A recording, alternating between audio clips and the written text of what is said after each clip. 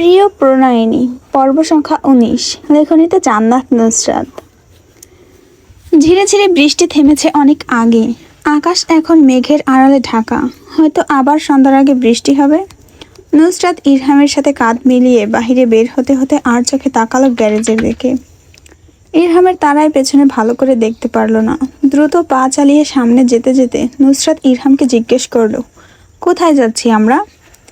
ইরহাম মৃদু স্বরে আওড়ালো, গেলেই দেখতে পাবি। রাস্তার পাশ দিয়ে হাঁটার সময় স্যাঁতস্যাঁতে পানির স্পর্শ পাওয়া গেল। নিজের থেকে ২ ইঞ্চি লম্বা জুতো কাদার সাথে মিলেমিশে একাকার হলো। হাঁটু পর্যন্ত লম্বা হোয়াইট কালার হ্যালো কিটির টি শার্টেও কাদা লাগলো। নুসরাত এক হাত দিয়ে নিজের কাপড় থেকে কাদা ঝেড়ে ফেলতে ফেলতে জিজ্ঞেস করলো, এক্সাক্ট বল কোথায়? ইরহাম কথা বলল না, তাই নুসরাত ইরহামের দিকে কপাল কুঞ্চিত করে তাকালো। ইরহামের চোখ অনুসরণ করে সামনের দিকে তাকাতেই অজানা ভয়ে ভেতরে কিছু একটা শঙ্কিত হলো। সৌরভীকে বারান্দায় দাঁড়ানো দেখে হাঁ করে ওদিকে এক দৃষ্টিতে তাকিয়ে আছে ইরহাম। নুসরাত ইরহামের হাত চেপে ধরতেই কেঁপে উঠল পুরুষালীর শক্ত সামর্থ্য শরীরটা। নুসরাতকে তীক্ষ্ণ চোখে তাকে অবলোকন করতে দেখে চোখ সরিয়ে নিল। আশেপাশে চোখ ঘোরাতে ঘোরাতে হাঁটতে নেবে নুসরাত শক্ত করে হাত চেপে ধরল। ইরহাম পিছু ফিরে ভুরু বাঁকাতেই নুসরাত ঠোঁট কামড়ে মলিন কণ্ঠে নিষেধাজ্ঞা জারি করল, মাথা থেকে ঝেড়ে ফেল ইরহাম। ও তোর কখনো হবে না। আবেগ হোক আর গভীর কোনো অনুভূতি হোক, বাড়ার আগে সরিয়ে ফেল, না হলে ভবিষ্যতে তোকে কষ্ট পেতে হবে। ইরহাম কথা বলল না, চুপচাপ হেঁটে সামনে অগ্রসর হলো। নুসরাতের হাত তখনও তার হাতের মুঠোয়। নুসরাতকে হাঁটতে না দেখে ইরহাম জোরে টান দিল। নুসরাত হুমড়ি খেয়ে সামনে আসতেই ইরহাম নিজের বাহুতে নুসরাতকে নিল। নুসরাতের চোখের দিকে হালকা ঠোঁটে হাসি আনলো। মোলায়েম কণ্ঠে নিজের সাফাই গাইল, সেরকম কিছু না। নুসরাত নিজেও শক্ত কণ্ঠে বলল, না হলে সবার জন্যই মঙ্গল, বিশেষ করে তোর জন্য। এই একটু পথ আসতে আসতে নুসরাতের পায়ের গোড়ালি, টি শার্ট, জুতো সব কাদার সাথে মাখামাখি খেল। ফুটবল খেলার মাঠে পৌঁছাতেই ঝুঁকে কাপড় পরিষ্কার করতে লাগলো। ঠোঁট কামড়ে মুখ দিয়ে চসূচক শব্দ উচ্চারণ করে সে। নিজের পেছনে কারোর উপস্থিতি পেয়ে মাথা ঘুরিয়ে পেছনে তাকাতেই চোখাচোখি হলো দুটো কালো মণির মালিকের চোখের সাথে। মেনলি মাস্কি পারফিউমের সুগন্ধ নাকচের ভেতরে প্রবেশ করলো। কানে আসলো পুরুষের গম্ভীর স্বর, মিসেস। নুসরাত চোখ সরিয়ে নিয়ে ঝটপট আরশের থেকে 2 পা পেছনে সরে গেল। আরশকে সেখানে দাঁড়ানো দেখে কোনো ভাবাবেগ হলো না তার। স্থির দাঁড়িয়ে থাকলো নিজের জায়গায়। আরশ গম্ভীর গলায় বলল, ভয় করছে না? নুসরাত নিরুদ্বেগ গলায় প্রশ্নের উত্তর দিল, না। আরশ শটান হয়ে দাঁড়িয়ে পকেটে হাত ঢোকালো আরাম করে। ঠোঁট বাঁকাতেই পুরুষালী ক্লিন শেভের এক গালে গর্তের সৃষ্টি হলো। নুসরাতের দিকে নির্বিঘ্নে 1 পা 2 পা করে এগিয়ে 1 কদম সন্নিকটে দাঁড়ালো। নিজেদের ভেতরের শরীরের দূরত্বটুকু মেটালো না। কানের কাছে ঠোঁট নামিয়ে ফিসফিসে আওয়াজে জিজ্ঞেস করলো, কষ্ট হয়নি মিসেস? নুসরাত নির্বিকার চিত্তে দাঁড়িয়ে রইল। প্রখর গরম শ্বাস ফেলে নির্লিপ্ত কণ্ঠে উত্তর দিল, একদম না। বুকের বাঁ পাশে আলাদা একটা ঠান্ডা এসেছিল আপনাকে কষ্ট পেতে দেখে। গম্ভীর গলায় আরশ হাসল। নিজেদের ভেতরে দূরত্ব বাড়াতে সরে গেল নুসরাতের থেকে। নুসরাতের বিপরীতে দাঁড়িয়ে মন ভোলানো হাসি দিল। ইরহাম নুসরাতের পাশে দাঁড়িয়ে চুপচাপ সবকিছু লক্ষ্য করছিল। আরশ হঠাৎ নুসরাতকে সামনের দিকে ইশারা করলো তাকানোর জন্য। নুসরাত কপালে ভাঁজ ফেলে সামনে তাকাতেই চোখে ভেসে উঠল নিজের অতি প্রিয় বাইক। দ্রুত পদক্ষেপে পা বাড়াবে সেদিকে আরশ হাত ধরে থামিয়ে দিল। নুসরাত ভুরু যুগল কুঞ্চিত করতেই আরশ ঠোঁট বাঁকালো হাসি দিয়ে। পকেট থেকে দেশলাই বের করে ছুঁড়ে মারলো বাইক যেখানে রাখা ওখানে। কেরোসিন ঢালা ছিল বাইকের চারিপাশে। সামান্য আগুনের সংস্পর্শে দপদপ করে লাল শিখার লেলিহান রশ্মি দাবানলের মতো জ্বলে উঠল চারিদিকে। নুসরাত স্থির চেয়ে রইল আগুনের ভেতরে পড়তে থাকা বাইকের দিকে। বুকের ভেতর মুচড়ে উঠল। ঢোক গিলে নিজেকে স্বাভাবিক রাখার বৃথা চেষ্টা করলো। আরশের দিকে চাইতে আরশ ঠোঁট কামড়ে হাসলো। নুসরাত নিজেও হাসলো। বুকের বাঁ পাশে হাত চেপে ফিসফিস করে আওড়ালো, উপস, কষ্ট পেলাম কাজিন ব্রাদার। আরশের দিকে এগিয়ে আসলো নুসরাত। মুখে হাসি ঝুলিয়ে হাত তুলে আরশের সাদা শার্টের কাঁধ ছেড়ে ময়লা পরিষ্কার করে দিল। বুকের যেইখানে গুলি করেছিল সেখানে হাত রেখে মুখ ব্যথাতুর করে দুঃখ প্রকাশ করলো। ওই জায়গায় আঙুল রেখে স্থির হয়ে ফিসফিস করলো, কাজিন ব্রাদার, ওই দিকে দেখুন। আরশ নুসরাতের ইশারা অনুযায়ী নিজের বিপরীত পাশে চোখ ফেরাতেই অক্ষিকোটরে ভেসে উঠল ব্ল্যাক কালারের মার্সিডিজ বেঞ্জ। চোখ গাড়ির ওপর থেকে সরানোর আগেই তাতে দপদপ করে আগুন ধরতে লাগলো। দুপাশে আগুনের শিখা এত তাড়াতাড়ি বাড়তে লাগলো দেখে মনে হলো নিমেষেই তা আকাশ ছুঁয়ে ফেলবে। নুসরাত আরশের বুক থেকে হাত সরিয়ে নিয়ে কাঁধ থেকে আবারও ময়লা ঝেড়ে নেওয়ার মতো করলো। পুরুষালী চোখজোড়া এখনো নিবিষ্ট দূরে নিজের গাড়ির ধ্বংসাবশেষ দেখতে। বিস্ময় পুরুষালী অক্ষি যুগল কোটর থেকে বের হওয়া শুধু বাকি। নুসরাত আরশের বলিষ্ঠ হাত জোড়া নিজের হাতের মুঠোয় তুলে নিল। নিজের ভেতরে প্রশ্ন জাগালো, বেটা কি দুঃখে অজ্ঞান হয়ে যাবে, নাকি ধূপ করে মাটিতে পড়ে কান্নাকাটি করবে? তারপর আবার নিজেকে শুধরে দিল, এই বেটার হৃদয় এত দুর্বল না যে অজ্ঞান হয়ে যাবে আর কান্নাকাটি করবে মাটি চাপড়ে। আরশের অন্যমনস্কতার সুযোগ নিয়ে নুসরাত তার হাত থেকে কালো বেল্টের রোলেক্স সাবমেরিনের ঘড়িটা আলগোছে খুলে নিল। হাতে নিয়ে ভালো করে উল্টে পাল্টে দেখলো। নিজের কাছে মনে হলো আরও একটা অকেজো জিনিস। ঠোঁট চোখা করে সেটা কিয়ৎকাল অবলোকন করলো, যদি বিশেষ কিছুর সন্ধান পাওয়া যায়। কিন্তু কোনো কিছুর সন্ধান না পেয়ে বিরক্তিতে ভুরু কুচকে অনীহা নিয়ে ঢিল মেরে তাও আগুনের শিখার মধ্যে ফেলে দিল। আরশ হতবিহ্বল চাহনি নুসরাতের দিকে নিক্ষেপ করলো।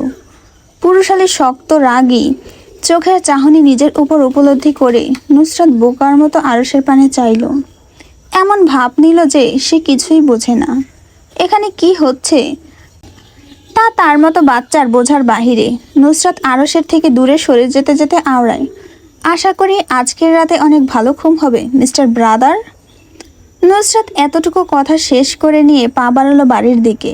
ইরহামকে বগল দাবা করে যখন সামনে অগ্রসর হলো তখন নাকের পাটা ফুলিয়ে কিরমিরিয়ে বলল, বাড়ি পৌঁছাতে দে শালা শাউয়া, তোর ব্যবস্থা আমি নুসরাত নাছির নিচ্ছি। ইরহাম নিষ্পাপ কণ্ঠে জিজ্ঞেস করলো, আমি কি করছি বোন, আমার উপর রাগ করছিস কেন? নুসরাত ইরহামের কাঁধে নিজের চোখ চেপে ধরে কাঁদো কাঁদো কণ্ঠে প্রশ্ন করল, তুই কি করেছিস জানিস না শালা? ইরহাম দুই পাশে মাথা নাড়ালো না ভঙ্গিতে, বোঝাতে চাইল সে জানে না কি করেছে। নুসরাত ইরহামের পিঠে দুটো কিল বসিয়ে দুই হাত জড়িয়ে ধরল ইরহামের পিঠে। জড়িয়ে ধরে ঢুলো ঢুলো সামনের দিকে অগ্রসর হলো। গভীর শোকে আহত প্রাণীর ন্যায় হাঁটলো ইরহামের উপর ভর দিয়ে। হাঁটার ভঙ্গি দেখে মনে হলো এক্ষুনি মাটিতে লুটিয়ে পড়বে। চোখের ভেতরে পানি টলমল করলো গড়িয়ে পড়ার জন্য। নুসরাত চোখের পাপড়ি ঝাপটালো। চোখের পাপড়ি ঝাপটানোর ফলে জল দ্বারা নিমিষেই উধাও হয়ে গেল অক্ষি কঠোর। ইরহাম নুসরাতের পিঠে হাত বুলিয়ে দিয়ে বলল, কাঁদে না কাঁদে না আমার বুড়ো বাচ্চা, কাঁদে না কাঁদে না। নুসরাত নিজের আবেগ সামলে ইরহামের পিঠে হাত রেখে নাকি স্বরে বলল, আমি কাঁদছি না। দুজন যখন দুঃখে ভারাক্রান্ত মন নিয়ে মাঠ ছেড়ে চলে গেল তখন আরশের রাগের বিস্ফোরণ ঘটালো মাহিদের উপর। মাহাদি ঠোঁট টিপে হেসে বলল, যাই বলিস আরশ, আমি যদি তোর বউটার আগে দেখা পেতাম, বিশ্বাস কর ভাই, তুই বিয়ে করার আগে আমি কিডন্যাপ করে তোর বউকে বিয়ে করে নিতাম। কথা শেষ করে আরশের দিকে চোখ রাখতেই মাহাদি দুই পাশে মাথা নাড়িয়ে না করলো সে এটা বলতে চায়নি, মুখ ফসকে বেরিয়ে গিয়েছে। ঠোঁট দুই হাতে চেপে ধরলো, উপলব্ধি হলো ভুল জায়গায় ভুল কথা বলে ফেলেছে। যতক্ষণে পালানোর চিন্তা মাথায় আসলো ততক্ষণে তার কলার আরশের হাতের মুঠোয় চলে গিয়েছে। আরশ রাগে চোখে চেয়ে দাঁতে দাঁত চেপে হিসিয়ে জিজ্ঞেস করলো, আমার বউকে বিয়ে করে নিতি? মাহাদি দুই পাশে মাথা নাড়লো, অপরাধীর মতো মুখ বানিয়ে উত্তর দিল, মজা করছিলাম ভাই। আরশ মাহাদির কলার টেনে নিজের কাছে নিয়ে আসলো। কলার ধরা হাত ধীরে ধীরে আরো বেশি জোরালো হলো।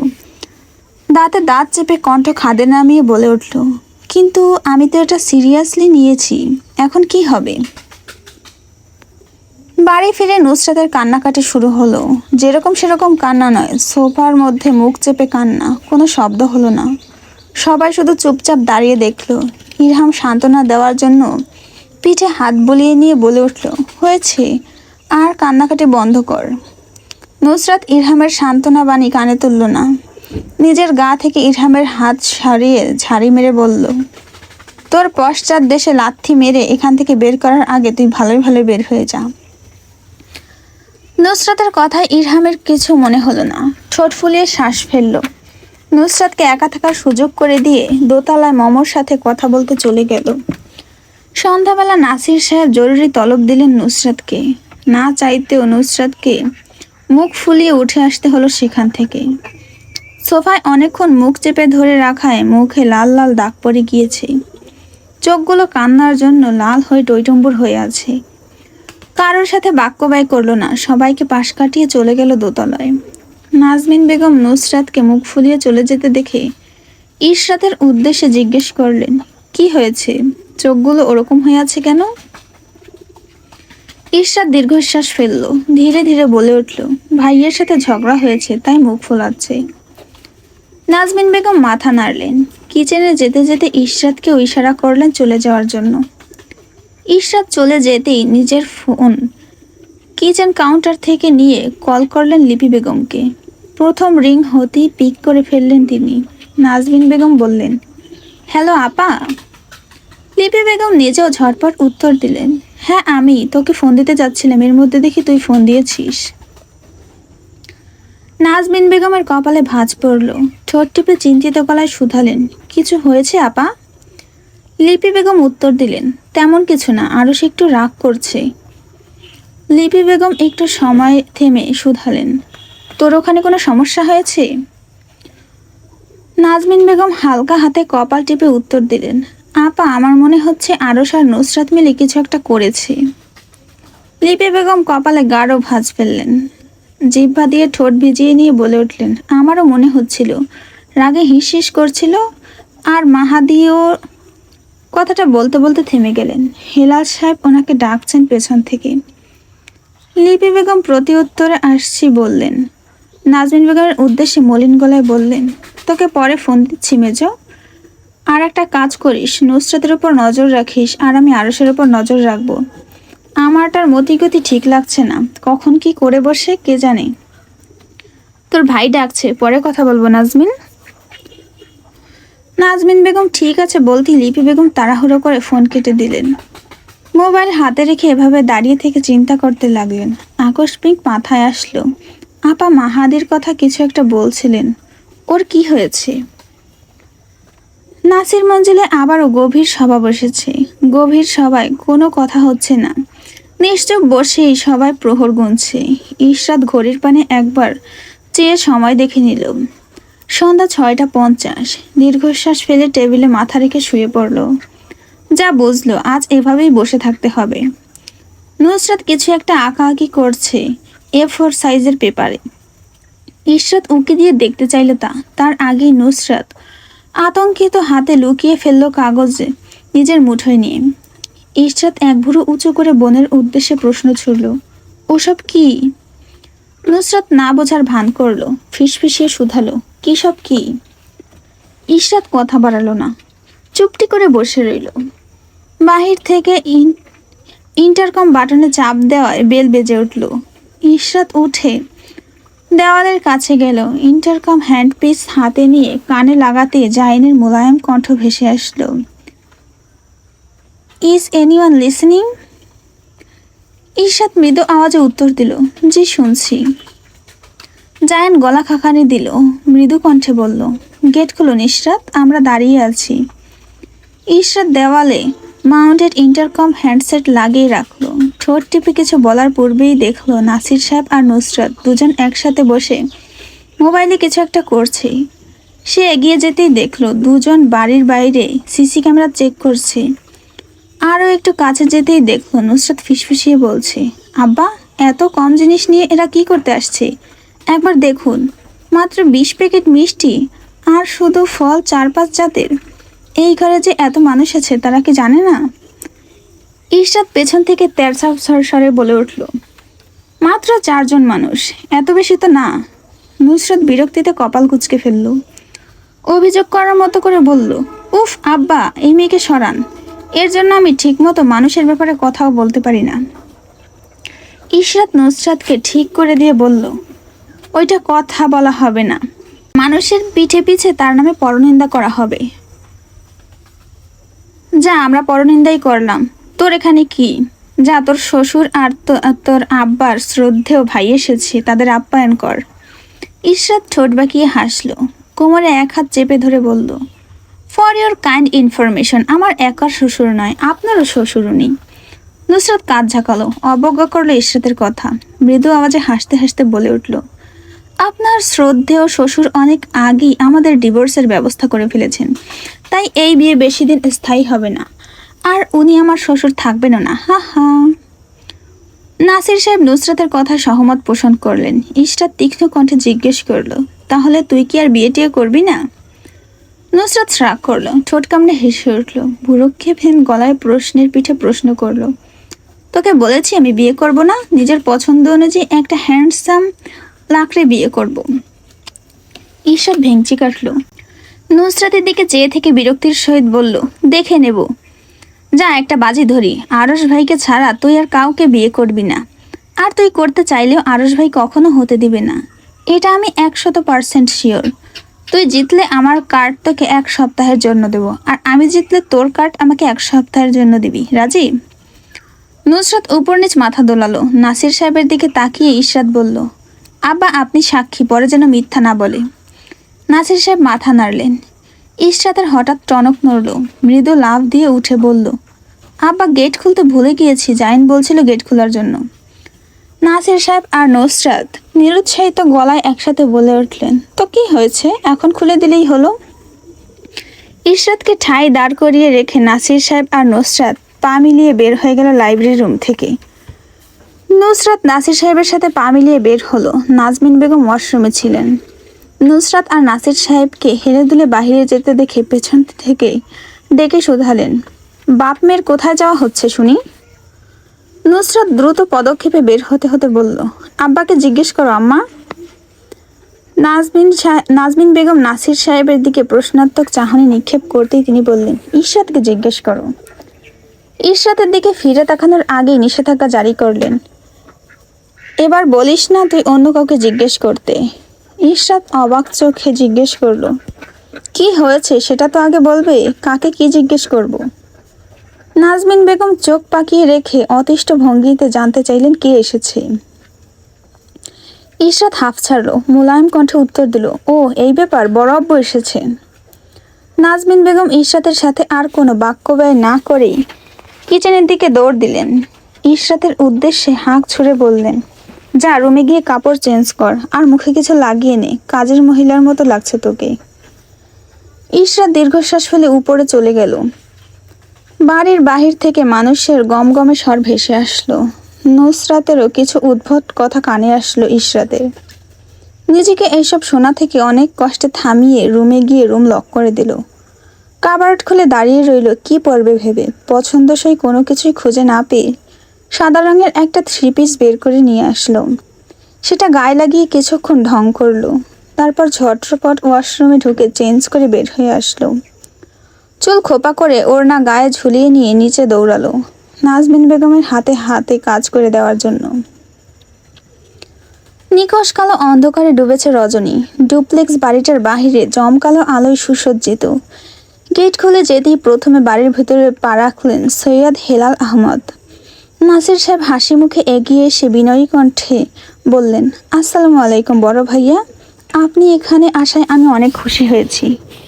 হেলাল সাহেব কাঠখট্টা গলায় নাসির সাহেবের হাসি মুখে পানি ঢেলে বললেন, আমি এখানে কারোর ভাই হয়ে আসিনি, আমি আমার ছেলের শ্বশুরবাড়ি এসেছি, তাই এই কথা মনে রেখে আপ্যায়ন করলে ভালো হয়।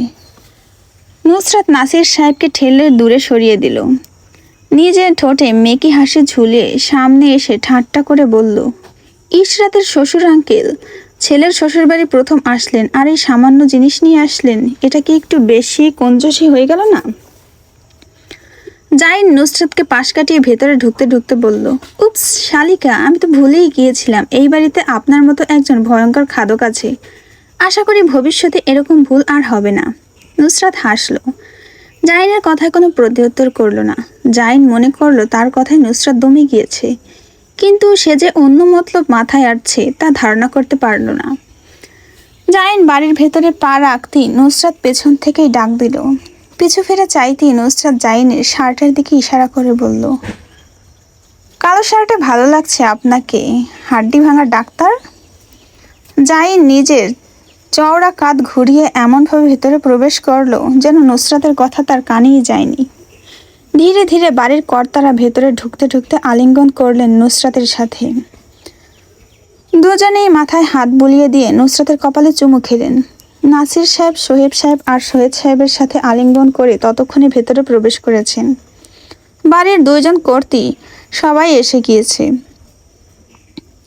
ঝর্ণা বেগমের সাথে নুসরাত যখন কুশল বিনিময় করার ব্যস্ত, তখন লিপি বেগম এসে জড়িয়ে ধরলেন তাকে। নুসরাত নিজেও জড়িয়ে ধরে হালকা ঝুঁকে লিপি বেগমকে। লিপি বেগমের পেছনে চোখ পড়তেই হুডি পরে টান টান হয়ে দাঁড়ানো আরশকে দেখে। কপালের এক পাশে প্লাস্টার লাগানো, তার দিকে ভুরু কুঞ্চিত করে চেয়ে আছে লোকটা।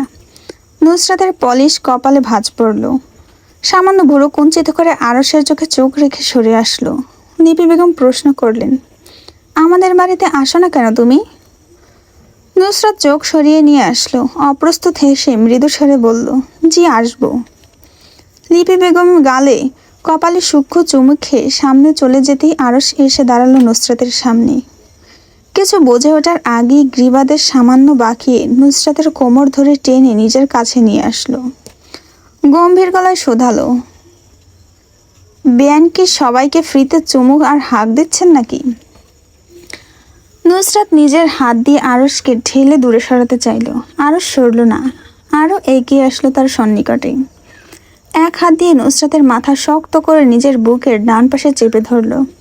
মৃদু আওয়াজ মুখ দিয়ে বের করে বলল, সবাইকে চুমু দিচ্ছেন, আমাকে তো আর চুমু দেবেন না, তাই আমাকে জড়িয়েই ধরুন, নাকি জড়িয়ে ধরতেও আপনার সমস্যা হবে বেআইন? নুসরাত আরশের হাতের নিচ দিয়ে বের হয়ে যেতে চাইল। আরশ অন্য হাত দিয়ে শক্ত করে তার পৃষ্ঠদেশ চেপে ধরল। বিরক্তিতে পরিপূর্ণ কণ্ঠে জিজ্ঞেস করল, এরকম ব্যাঙের মতো লাফালাফি করছেন কেন? চুপচাপ দাঁড়িয়ে থাকুন, না হলে পুরো 1 ঘন্টা আপনার মাথা বুকে চেপে ধরে এভাবেই দাঁড় করিয়ে রাখবো। নুসরাত আরশের সাথে কথা বাড়ালো না, শান্ত হয়ে স্থির দাঁড়িয়ে রইল। কোনো প্রকার মুচড়ামুচড়ি করল না। নুসরাতকে নড়তে না দেখে আরশের শক্ত করে ধরে রাখা হাত শীতল হয়ে আসলো। নুসরাত সুযোগের সদ্ব্যবহার করল। আলগোছে আরশের বাহুবন্ধনী থেকে বের হতে হতে হাত দিয়ে খামচে ধরল সুঠামদেহী পুরুষটার বুকের বাঁ পাশে। ঘা কাঁচা থাকায় খামচে ধরতে মুখের বিকৃতি ঘটল তার। দাঁতে দাঁত চেপে ধরে মুখ স্বাভাবিক রাখার বৃথা প্রচেষ্টা করল, তবুও মুখ দিয়ে ব্যথাতুর আর্তনাদ বের হয়ে আসলো। নুসরাত আরশের চোখে চোখ রেখে মৃদু আওয়াজে আদেশ দিল, হুডি খুলুন। আরশ শুধালো, কেন? নুসরাত নির্লজ্জের মতো হাসল। আরশের কাছে এসে বিনয়ের সহিত বলে উঠল, আপনার পুরুষের এই খাঁজ কাটা বডি দেখব, সমস্যা আছে নাকি লজ্জা পাচ্ছেন বেয়াই? আরশ চোখে চোখ তাকিয়েই একটানে হুডি খুলে ফেলল। পরনে সাদা সেন্টো গেঞ্জিতে কিছু রক্তের দাগ লেগেছে। নুসরাত সেদিকে ইশারা করে আরশের উদ্দেশ্যে বলল, এবার শুধু রক্ত বের করেছি, পরের বার আমার অনুমতি ছাড়া আমাকে স্পর্শ করার চেষ্টা করলে আপনি বেঁচে থাকবেন কিনা তার গ্যারান্টি আমি দিতে পারছি না। আরশ নিজেও হাসল। হুডি গায়ে চাপিয়ে নুসরাতকে শক্ত হাতে চেপে ধরল নিজের সাথে। নুসরাত হাত দিয়ে আঘাত করতে যাবে আরশের মুখের মধ্যে। আরশ নিজের এক হাত দিয়ে নুসরাতের 2 হাত মুচড়ে পিঠের সাথে চেপে ধরল। সামান্য কাত করে গা হিম করা শীতল কণ্ঠে বলল, কি করবেন করুন, আমি একটু দেখি মিসেস। নুসরাত দাঁতে দাঁত চাপল, নিজের অপারগতায় নিজেকেই ধিক্কার করল। সেইখানে সেখানে উপস্থিত হলো মাহাদি। দুজনের দিকে কিছুক্ষণ চোখ বুলিয়ে নিয়ে বুঝতে চাইলেও এদের মধ্যে কি হচ্ছে। যখন কিছুই বুঝলো না, তখন পেছন থেকে ডেকে উঠল, নুসরাত। নুসরাত হালকা কাত হয়ে গেটের দিকে চোখ ফেলতেই মাহাদিকে ভঙ্গুর অবস্থায় দাঁড়িয়ে থাকতে দেখল। মাহাদির নাকে প্লাস্টার লাগানো, কপালে সাদা ব্যান্ডেজ, এমনকি হাতেও ব্যান্ডেজ করে গলার সাথে তা ঝুলানো। নুসরাত সরু চোখে মাহাদি আর আরশকে অবলোকন করে কিছু বলতে নিবে, তখনই কানে ভেসে এলো আরবের ধমকানোর গলার স্বর, নুসরাত কি ভাবি বল। নুসরাত আরশকে ধাক্কা দিয়ে দূরে সরিয়ে দিল। চোখ দিয়ে সাবধান করলো স্পর্শ করার চেষ্টা না করতে। আরশ নুসরাতের নিষেধাজ্ঞা সম্পূর্ণ অবজ্ঞা করে কোমর ধরে টেনে এনে আবারও নিজের সাথে চেপে ধরল। আরশের থেকে চোখ ফিরিয়ে নিয়ে কোমল কণ্ঠে জিজ্ঞেস করলো মাহাদিকে, আপনার কপালের আর হাতের এই অবস্থা কেন? আরশ নুসরাতের মুখ শক্ত হাতে টেনে আনলো নিজের দিকে। কণ্ঠ নিচে নামিয়ে ফিসফিসিয়ে বলে উঠল, ওর এই অবস্থা নিয়ে আপনার চিন্তা না করলেও চলবে মিসেস। এখন শুধু আমার চিন্তা করুন।